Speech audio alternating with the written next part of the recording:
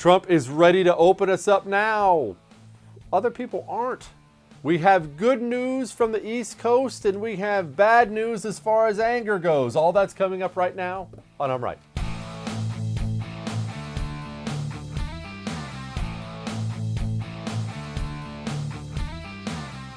Well, stop me if you've heard this before. I swear the show's not on repeat. On my life, it's not. We have more bad employment numbers today. Another 3 million. That puts us at 36 million unemployed. That puts the real number at 50, 40. Some would say 60. Some would say we're approaching 40% of the American workforce. I'm not making up these numbers. These are what people are telling me. It's really bad. And if it seems like I'm laughing, it's because I learned a long time ago when you're faced with absolute crap, oftentimes that's all you can do. There's nothing else I can say. And let's rewind again. Let's talk about this briefly. Why has the destruction been so fast? And realize that nowhere in the United States of America's history have we ever seen anything like these kind of job losses this quickly. Nowhere. And people can make all these Great Depression comparisons all they want. Great Depression didn't ever at any point have anywhere near this kind of job loss in this amount of time. At no point. This destroys anything that was ever even close to it. How did that happen? Well, we did it. I'm sorry. This was done on purpose. I understand there are a lot of countries that did it. I get that excuse a lot. Well, everyone was doing it. Well, I don't know how you were raised, but I was told if all your friends are jumping off a bridge, are you going to do it too?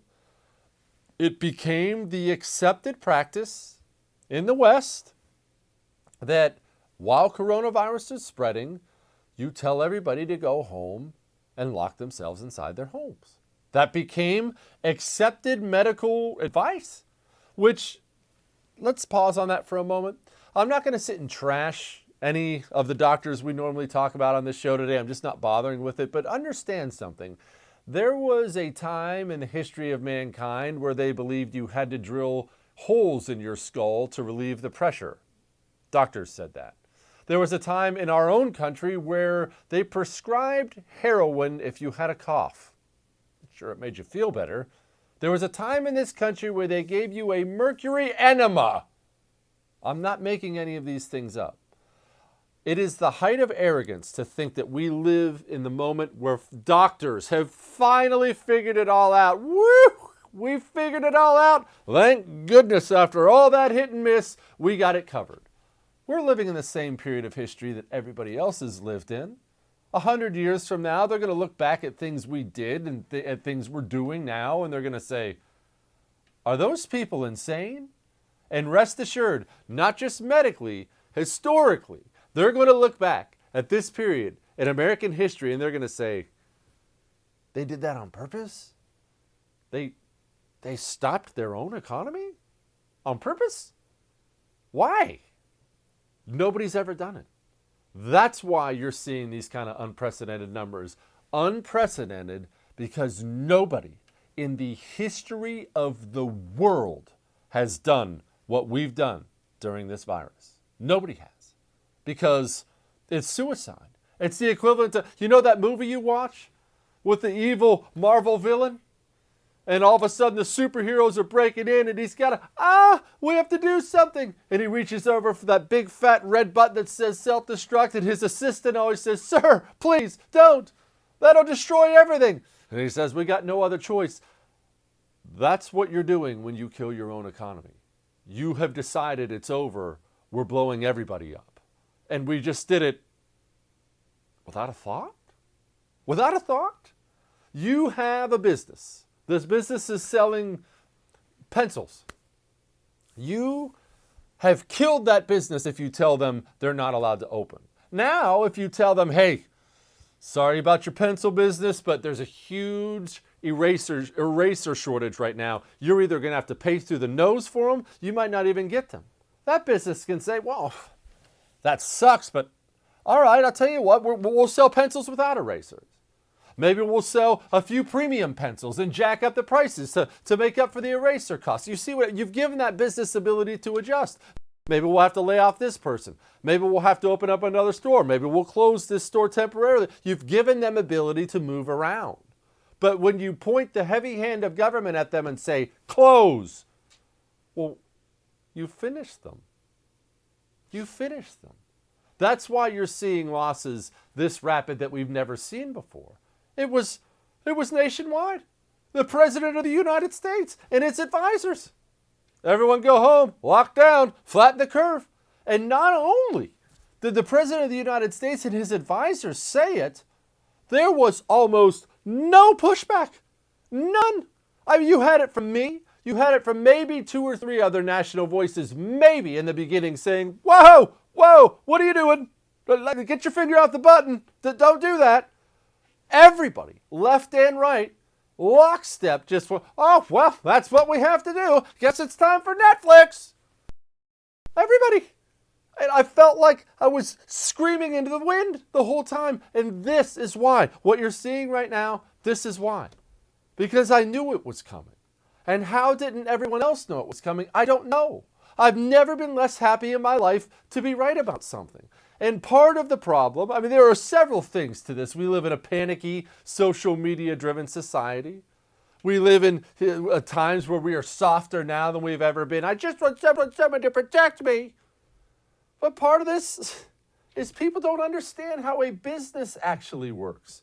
You can't imagine how many people I've had write me and say, Jesse, I didn't know it worked like that. Jesse, thank you for clarifying how it works. You understand that I'm a moron, right? I have less than 3 years of community college credits. I shouldn't be explaining to you how business works. That's something your college, your high school should have taught you. And mine did. And it's not like I went to some fancy school. I know you're going to find that shocking. I was in a normal public school like everyone else. When I was a freshman or sophomore, we even had a cash register. We had this little shop at our high school where you could sell just candy bars and chips and soda. And they had everybody work there. And these are profits. This is what you spend. This is what you make. This is a profit loss sheet. This is the basics. And all these fancy people and all their fancy degrees and 9,000 years of college. And nobody knows that you murder a small business if you close it? Nobody knew? What? People, I don't have another way to say it. We're in trouble. We are in trouble, and there's more trouble coming. I know everybody's feeling a little better now. People are starting to open up. We're going to get to these people who aren't opening up, but understand, in a lot of ways, all we did was kick a lot of the pain that's coming down the road. Paid a bunch of people to stay at home. We have a debt crisis coming. Do we have another home mortgage crisis coming? How do your bills look right now compared to the money you have coming in? Even if you're fine, how do you think the 36 million people unemployed, how do you think their bills look right now? You're going to have a foreclosure crisis. You're going to have a student loan crisis. You're going to have shortfalls, budget shortfalls like you can't even imagine. Forget about the federal level. We already talked about that yesterday. At the state and local level, you're going to have these mayors going, is my eyesight bad, or do we have $1 billion shortfall next year? Oh, yes, Mr. Mayor, you do. And guess what's coming then? They're coming for your wallet. Do you feel it? Better get one of those old school chains on it that ties to your jeans, because they're all coming for it. You're going to see taxes and costs of the way you live go through the roof to make up for all this garbage. You see, government, it doesn't fund itself. It doesn't exist in a vacuum. Government gets funded off of you. And when they run out of money, they're going to start looking at you like a hungry wolf looks at a sheep. Get ready to get shorn. Here's the president. You think your critics want you to keep it closed going into the election? Yeah, I do. I think it's a political thing in addition. I think because some they're states, saying you're putting money, business ahead of lives. Yeah, no. I think the people that want to see the right thing happen, they agree with me. We have to get our country open. You know, if it was up to some people, let's keep it closed for a long time, okay? A long time, and watch the United States go down the tubes. Not going to happen. Here's my only issue with that. And he's right about all that. And I'm not indicting just him. I want you to understand this. This was rampant. This was the majority of the right. I know what the left stands for. I'm getting to that. The majority of the right, politicians and pundits alike, were all about these lockdowns. Well, that's just what we have to do. People, we are never, ever, ever going to succeed in our goal of defeating leftism in America and the world. We're never even going to flirt with success until we can finally acknowledge the nature of the left. I understand that a lot of people out there have better hearts and better souls than I ever will, which frankly is not difficult because I'm a moralist, soulless monster. I'd never pretend to be otherwise. And I understand you want to, and your childlike nature, think about the best in people. People, leftists would happily burn this country to ash if it meant destroying you and taking power. They would burn it to ash. You had to know. How could you not know when you hand governors and mayors the authority, the moral authority to say, lock your doors, go home, close this business, open that one, close this one, you can't do this, you can't. How in the world could you not see the left was going to take advantage of that? How could you not see? Are you blind? Wake up. That's what we're dealing with. Jeez.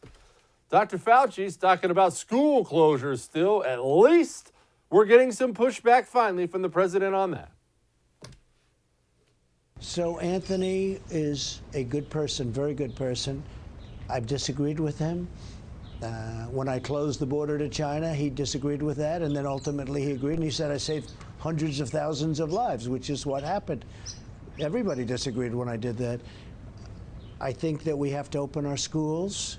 Young people are very little affected by this. We have to get the schools open. We have to get our country open. We have to open our country. Now, we want to do it safely, but we also want to do it as quickly as possible. We can't keep going on like this. I mean, you're having bedlam already in the streets. You can't do this. We have to get it open. I totally disagree with him on schools. Why does the president have to get online, get on TV, and say he disagrees with Fauci? Why is Fauci given such a platform, been held up as such this, god of medicine, when he's been wrong about every single thing so far? Every single measurable data, every single metric, Dr. Fauci has been wrong every step of the way. And I'm not indicting the man. I don't think he's some deep state commie spy. But come on now. At some point in time, you have to analyze the person you're following. But that's another story entirely. Why is the president now having to contradict publicly what Dr. Fauci says? Dr. Fauci, go back to your room and shut up and study. That's what you say to Dr. Fauci if you're the president. No more of this press tour stuff. No more cable news stuff. No more, Dr. Fauci, I love you. You're so smart. Shut up and go back inside or quit. I've had about enough of it. All right, we got a lot more. Hang on.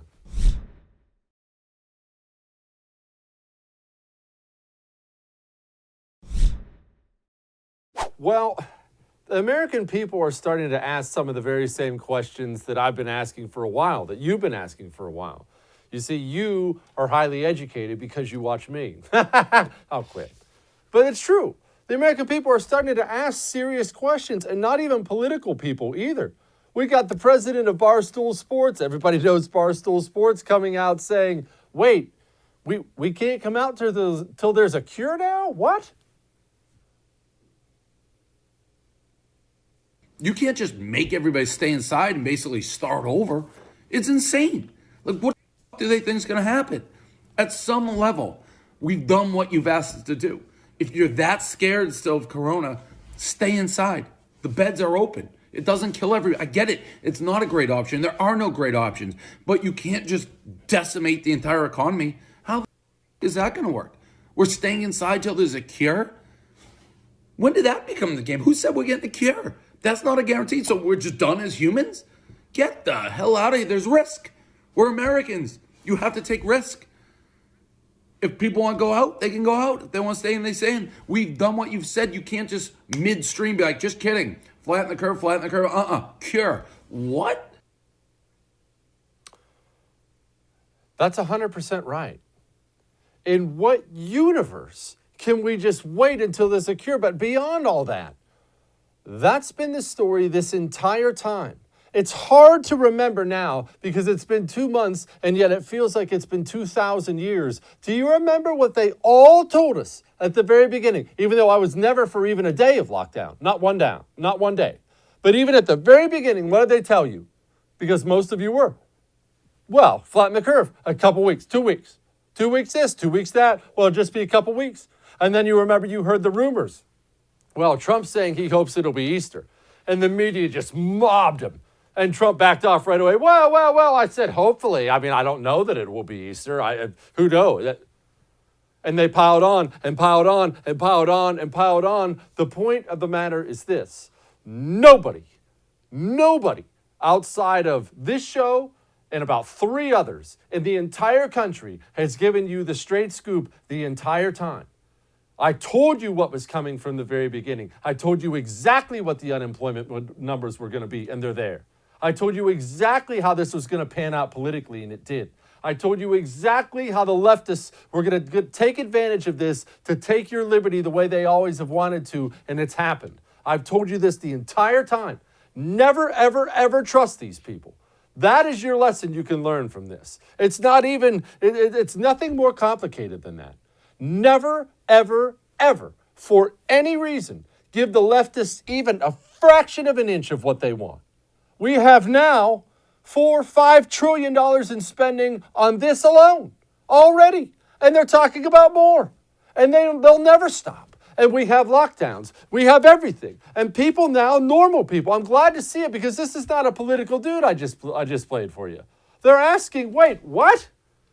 And I've told you also from the very beginning, if I, as somebody who loves to eat, I love food, and I love unhealthy white trash food because that's who I am, and I walk in my doctor's office and he says, Jesse, you got a heart problem. Got something wrong with your ticker there. Here's the solution I've come up with for you. You need to eat 1 green bean a day, and that's all for the rest of your life. Then we'll take care of it. That's a bad doctor. That's not my fault if I can't hold to that. That's a bad doctor. And we have all these infectious disease experts standing up in front of the American people telling everybody, well, just stay locked down for 2 weeks. Okay, a month. All right, 2 months. You know what? Maybe till there's a vaccine. Hold out for a cure. Well, I'm really not comfortable opening schools yet. I'm not saying this lightly. Anybody who has told you to stay locked down as a nation for 2 months as a bad doctor should be stripped of his medical license and be forced into retirement in disgrace. That's a bad doctor. That's not just bad policy as far as an economy goes. That's bad medicine. That's unhealthy for the patient, period. In what world would telling a bunch of people, go hide inside, get fat, don't get any more fresh air, no more sunshine for you, in what universe would you think as a doctor that would make the population healthy as a whole? Because that is the goal, right? To make the population healthy. I mean, it's more than just coronavirus. I don't know if you've heard, stop me here. There are other diseases. There are actually, I know, look, this is breaking. Everybody record this. This is breaking news. There are things out there that kill you that aren't coronavirus. Can you believe that? I know it's shocking, but we have people postponing cancer treatments because of coronavirus. We have hospitals furloughing doctors and nurses because of coronavirus. We have pediatricians, dentists, regular family doctors across America shutting their doors permanently because of coronavirus. It's not just bad for an economy. This has been bad medicine. And now we have people like this idiot mayor in LA, Eric Garcetti, quote, we're We're requiring all Angelenos to wear face coverings when they leave the house. There are exceptions in place for small children or those with disabilities. I'm not going to unpack all the idiocy of that. The only word you need to focus on there is the second one. We're requiring? Who the hell do you people think you are? Governor Whitmer, she thinks she's gotten to the bottom of why we're having these protests. These protests, in a perverse way, make it likelier that we're going to have to stay in a stay-home posture. The whole point of them, supposedly, is that they don't want to be doing that. And that's why I'm asking that everyone with a platform call on people to do the right thing. These have been really political rallies where people come with Confederate flags and Nazi symbolism and calling for violence. This is not appropriate in a global pandemic, but it's certainly not an exercise of democratic principles where we have free speech. This is calls to violence. This is racist and misogynistic. Yes, that's brilliant, Democrats. That strategy of calling everybody who disagrees with you politically a bunch of racist Nazi Confederates, that worked out well for you in 2016. Good call. Stick with that in 2020, morons. All right, we got more. Hang on. Oh, you're worried about sleeping? I can't believe you're still worried about sleeping. You know why you're worried about sleeping? Because you don't have an ebb sleep yet. You need to go to tryebb.com and get an ebb sleep. Now, I know what you're saying. Jesse, you're so smart. I do everything you tell me. That's good. Go buy an ebb sleep. It's a wearable device, meaning it's not pills. I know what it's like to take sleeping pills. I've done this before in my life about 3 times, and there'll never be a fourth, because here's what happens. You're tired, you can't sleep, you're tired, you can't sleep, you get up at 10, pop a couple sleeping pills, alarm goes off at 6 or 7, and you're a zombie. You feel worse the next day than if you just pulled an all-nighter with a bottle of Jack. Stop. There's not a chemical solution for your problems. An ebb sleep, you put it on your head, it provides cooling to your forehead, puts you to sleep faster, keeps you asleep. Go to tryebb.com/Jesse. Use the promo code Jesse. You get $25 off.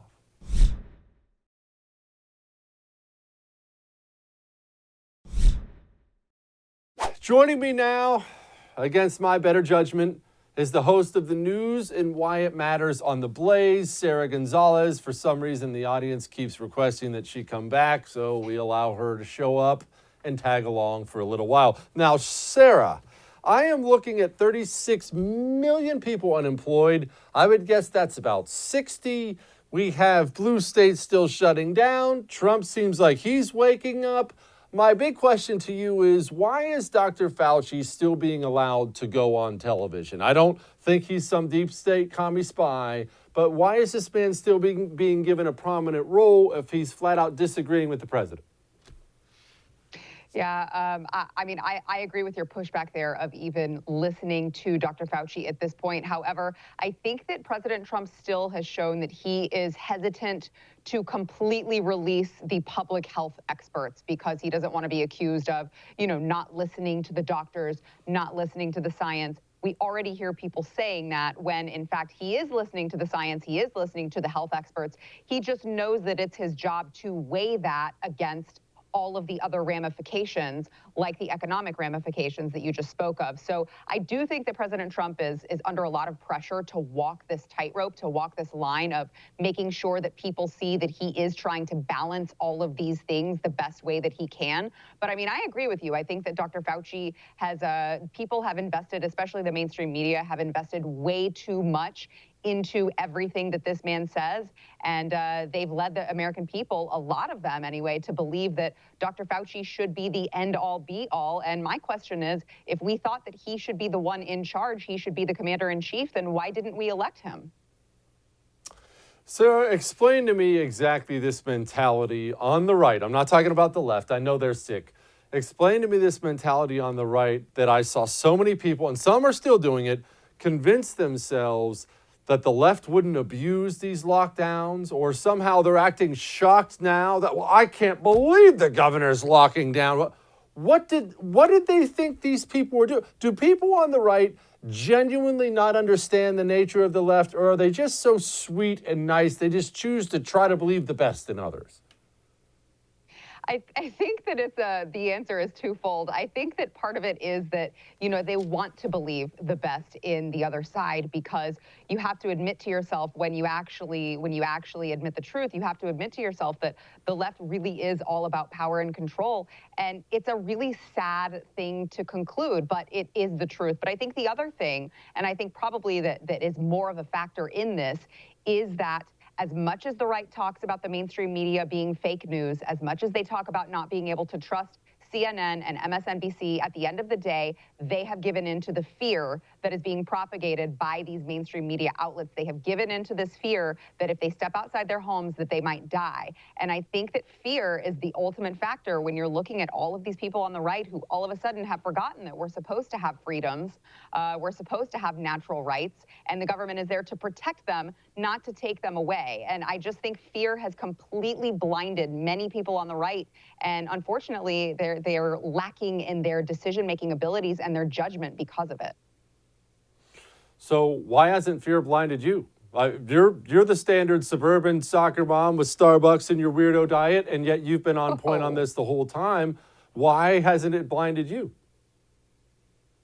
Well, I mean, honestly, I think the biggest factor in that is, number one, I'm a woman, and we know that women are very, very smart. I'm sure that you would agree on that, Jesse. But number two is that I have looked into previous to this coronavirus epidemic, I've looked into a lot of things having to deal with the immune system. And so viruses don't scare me as much as they might scare someone who isn't in tune with how your immune system works. And, we think about all of these vaccines as being the end-all be-all for us to be able to live in a healthy society. And I just don't find that to be true. I also know enough about the economy. I also know enough about, having a small business. I am a small business owner. So I know the ramifications if you tell people that they have to shut down. If you tell people that they can't turn their lights on, they can't pay their employees. I mean, I see how that affects everyone because I do run a business. And so I think that those two factors, just knowing all of these things, I just don't buy into the fear. But unfortunately, a lot of people don't have that sort of, unless you're an entrepreneur. Sometimes you don't understand how the economy works. Sometimes you can't see the ramifications on the other side. And unfortunately, as we've seen in the past, the left is very, very good at making an emotional argument and an emotional case. And even in this instance, they've won some of the right over on that. Does location have something to do with that? You reside now in Texas now that you're a citizen here. You're not in D.C., in New York City. Not that I have anything against New York City. D.C. sucks. I absolutely hate the place. But I feel like all the media is produced there. So all the panic came from there, from the politicians and the pundits. And honestly, most of the people I've agreed with, most of my buddies who've agreed with me are people who don't reside there. Do you think that has anything to do with it? Yeah, no, I think that you bring up a great point, and I think that I would give a lot of credence to that, D.C. and New York, they live in a bubble. Not only did they live in a bubble before this pandemic started, but now you're seeing that the people who already lived in a bubble, who thought that their way of life was the only way of life, now you're seeing, especially in New York anyway, you're seeing New York City become more affected than the other parts of the country. And so I do think that the result of that is that they can't see outside themselves. They can't see outside of their own perspective. We already knew that going into this. I'd imagine that would have magnified the problem, 10 times worse now that they are involved in a global pandemic and they see what's going on right there in front of them. They can't hardly imagine that possibly that might not be happening in all of the other parts of the country. Sarah, changing gears here, I am starting to get really worried about the anger levels I'm seeing out there. Now, I'm not surprised at it. I don't blame anybody for being mad. I've been furious the whole time, but I'm not worried about me. I'm not worried about you. I'm worried about unbalanced people. We know there's a real mental health issue out there right now, and now we've we've cost people their jobs. People were drinking too much, doing too many drugs. We have these angry protests. And again, I'm not blaming anybody. I'd be mad too. But I'm worried about somebody getting hurt now, and I feel like the politicians do not realize that that is becoming the likely outcome from all this. Yeah, I completely agree. And it was people like you and I who raised that alarm at the beginning of all this and said, hey, guys, you can't just look at the number of fatalities from a particular virus. You have to look at all of the surrounding factors. You have to look at everything that this virus is going to affect, including the mental health of the people who are being told by the government that they have to stay at home, that they're not allowed to work, that they're not allowed to provide for themselves and their families. I mean, we just saw this story of a child, I believe it was here in Texas, if I'm not mistaken, but a child who had been forced to stay in a storage shed since his school got out because of the coronavirus pandemic, and his grandmother was abusing him. I think we're going to uncover a lot more stories just like that, because people were not ready for this. People were not ready to be stuck at home. There are a lot of really bad people, and unfortunately, them going to work or them getting away from their families was the best thing for that family in that particular situation. I don't see it getting much better anytime soon, and I just wish that the government officials who we put to work for us, who we put, quote, in charge of doing what was best for us, I just wish that they would have seen this coming, because if you look at history, it's not like this is the first time that this has happened. Jesse, I know that you cite the Great Depression a lot when we're talking about this. And when you look at the Great Depression, we can see history showing us that these are all things that we should have been prepared for, that we should have considered before we shut everyone down. And unfortunately, the government just didn't do that. Sarah Gonzalez, the news and why it matters on The Blaze. Go watch her. Appreciate you, Sarah. Thank you. I'm not done. I have more. But wait, there's more. See, I did that right. Hang on.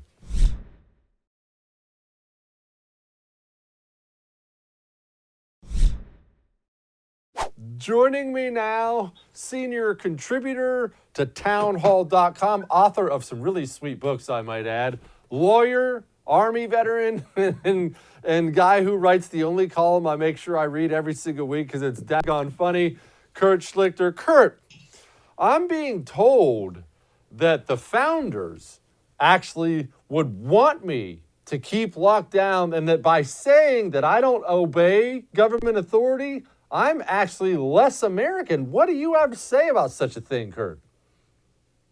I say, Jesse, don't ever listen to a Femi Jag who's wrong about everything all the time. Holy cow, if that guy had any lower T, he'd take it away from the Marine or the soldier next to him. Good Lord, that guy. Kurt, what? I'm so sick of these never Trump weasels and their bizarre submission. They watch Pulp Fiction. They watch the pawn shop scene where the guy's like in a full leather getup, and they think it's a documentary and an aspirational one at that. I'm so sick of these people. They've got to stop. I had one guy today, another never Trumpy guy, trying to explain masculinity. And I couldn't tell the difference between that and femininity.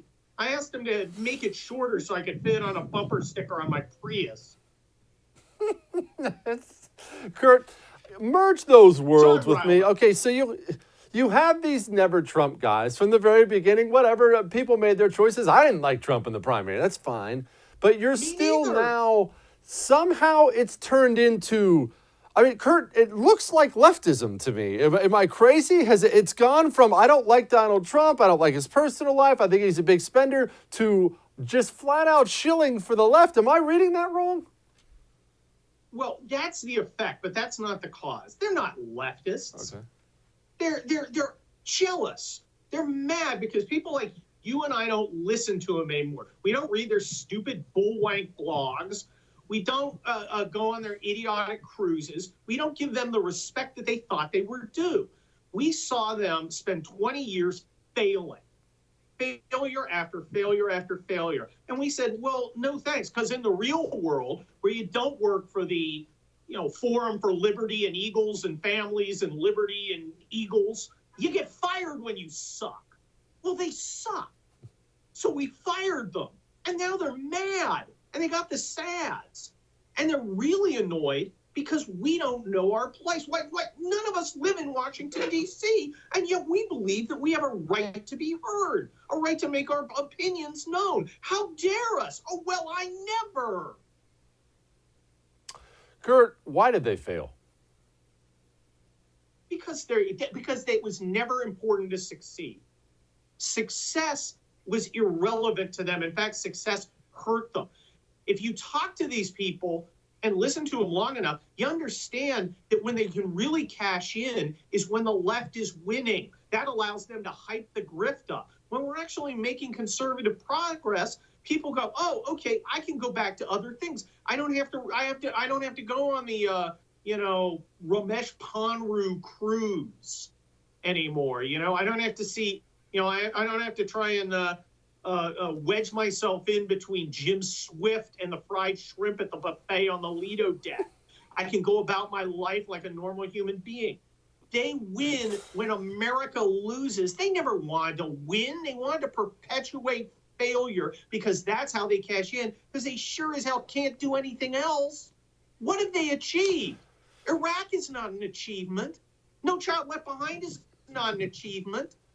The bailout in 2008, that's not an achievement. What have they done that doesn't suck? Explain to me how Donald Trump is planning on winning in November. I understand we have Joe Biden, and Joe Biden is a disaster. And as everybody knows, I'm rooting hard for Trump. These employment, we're now at 36 million, man. Presidents do not get reelected with 36 million people unemployed. What is the plan? Because now, Kurt, he's got a pickle. The Democrat governors know a bad economy hurts him, and so they're just telling their people, well, just hunker down till 2024. Well, you're absolutely right about not fixing on the enemy and hoping the enemy's failure will lead you to victory. As a Marine, you understand that you've got to fight the toughest enemy possible, not the doddering, sinewy, old gropey weirdo that we appear to be facing. Hey, that's the guy I want to fight, but we got to pretend he's going to be sharp, and we got to pretend he's going to be coherent, and we got to pretend he's not going to be grabbing the hair of every teenage girl within arm's reach. We've got to fight on other things. And Trump gets that. So you can see Trump is distinguishing himself now between the leftist governors who want this to go on forever for various reasons, including because they think it's going to hurt Trump, and the red state governors who are saying most of them, who are saying we need to open this up. And we're going to start seeing a difference. And I anecdotally talking to people who are not as conservative as me, I'm seeing there's a lot of people who are exhausted, a lot of people who are angry. And I think we do have some good evidence of what happened in California 25. That's the Los Angeles district. Mike Garcia, who, despite being a Navy pilot, is a good guy.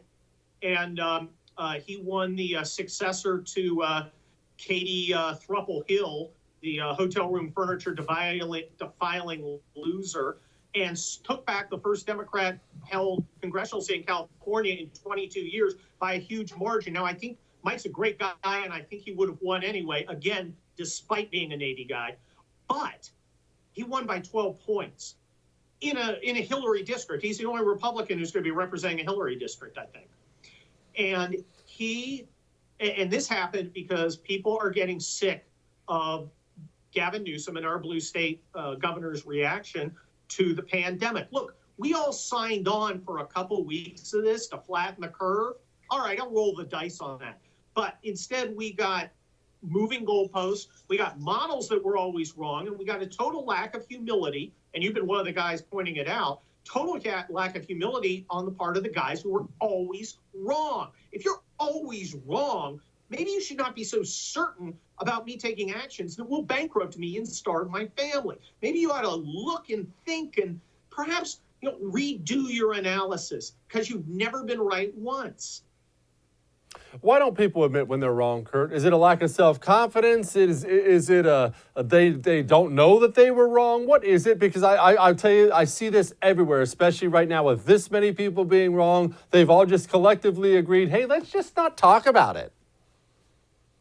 Well, you got to understand that part of the elite's identity is to distinguish themselves from knuckle-dragging folks like you and me and the rest of your audience by their intelligence, by their insight, by their morality. To say that they were wrong, to admit it, is to admit we were right. And that's not just, hey, I made a mistake, let's do it right the next time. It's like, oh, bought the wrong brake pads, better head back down to Pep Boys. No, this attacks their identity. Their identity is being smarter. It's being better. It's being elite. And they've proven their failures, so they simply refuse to do that, to hold on to their status. It's human nature, and it's kind of pathetic. Explain to me exactly why you still live in California, Kurt. You understand we have this place called Texas where I live, and I'll be eating Mexican food in a restaurant tomorrow night with a big margarita in my hand, and maybe I'll text you a picture of it and be like, ha, ha, ha, Kurt, look what you're not doing. Why aren't you here? Well, maybe I'll text you a picture of my billing sheet. You see, I'm a lawyer in Los Angeles. I am a blue state lawyer. Okay? This state was created for me and my benefit. And as long as these guys want to shovel money at me and allow me to sit in the sun, look, I don't get hurt. I'm always going to win because that's my occupation in a place that's biased for people who happen to do what I do. I'm concerned about the guy in Rancho Cucamonga who's got a store they put his whole life into. I'm concerned about the farmer out in the Central Valley. I'm concerned about the guy with the gardening business. Those are guys getting shafted. Those are guys no one is listening to. And those are guys who are going to have to get together and throw the Democrats out, make California the Reagan state it was when I was growing up. Look, I came back after the war, the Gulf War, 1.0. I came to Los Angeles, though I had never lived here before. I lived in Northern California. Don't get me going there. I came to Los Angeles because I knew that's a place you could go and do whatever you wanted to do. Maybe I wanted to be a lawyer. Maybe I wanted to be a stand-up comic. Maybe I wanted to write books. No one cared who I was. As long as I could do it, I had a chance to succeed.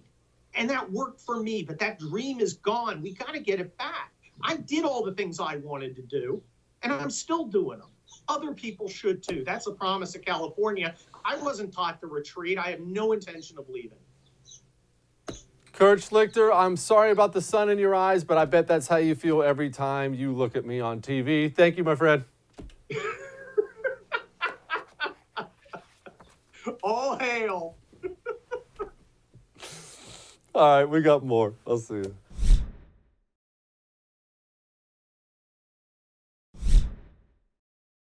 I have some good news for all of you people who enjoy hot dogs, long lines, and Ferris wheels. The Jersey Shore. New Jersey Governor Phil Murphy says, breaking! The Jersey Shore will be open in time for Memorial Day weekend with social distancing guidelines in place. The shore is central to our Jersey identity, and we want to ensure that families can safely enjoy this surrender. I am happy people are going to get out there, soak in some of the Jersey Shore. However, I don't think opening up the Jersey Shore is going to help slow diseases. I'll see you tomorrow.